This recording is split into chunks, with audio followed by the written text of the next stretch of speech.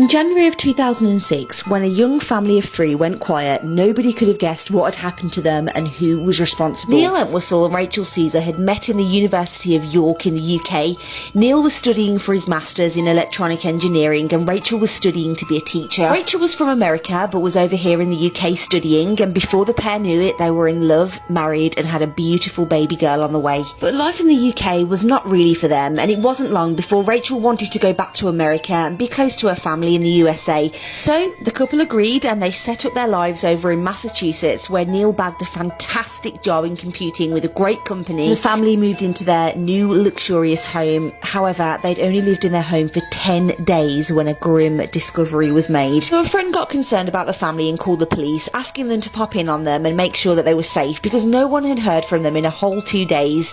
And they were supposed to be having this housewarming party. It should have been an exciting time for them, but silence. Police attended the house on the evening of the 21st of January 2006, but initially didn't see anything out of place. No one was home, there wasn't anything to indicate that something untoward had gone on, and so they left. The following evening, on the 22nd, there was still no word from the family, and this is getting really concerning now. Remember, there's a 9-month-old baby with them too.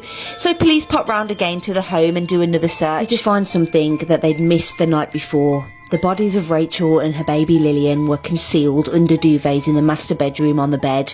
They'd been deceased for some time. So they actually initially thought that this was some kind of carbon monoxide poisoning to start with, but where was Neil? Upon further investigation, it was found that the girls had both died from gunshot wounds. Now, where on earth was Neil? Well, he was in England, he was visiting his parents. Turns out he'd booked a one-way flight to the UK to go and see his family.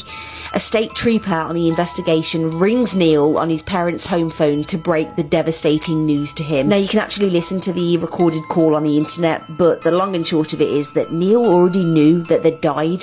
He told the state trooper that he was already aware, and that he hadn't even had a chance to cry about it yet. He claimed the girls were not very well, so he'd popped out and ran some errands, and upon his return, he'd found both of the girls had been shot. Claiming he had no idea how or who shot them, rather than ringing the police, he decided he was going to take his own life too. He then claims that the gun that he was going to use was locked away at his in-laws' house and they weren't in, so his plan failed, and instead he books a one-way ticket to go and visit his family in England. Of course, this was absolute rubbish, and it's actually suspected that this was a murder-suicide, but he'd backed out of taking his own life and fled instead. After the murders, he was arrested, brought back over to America and received life without the possibility of parole. His whole job and the dream house, it was all a complete lie. He was actually a fraudster that was working online to scam people, innocent people, out of their money. He's in absolutely tons of credit card debt. He was also obsessed with sex and talking to other women online, so it seemed that this sick, evil man somehow thought this was the solution. Rest in peace to the girls, they did not deserve this.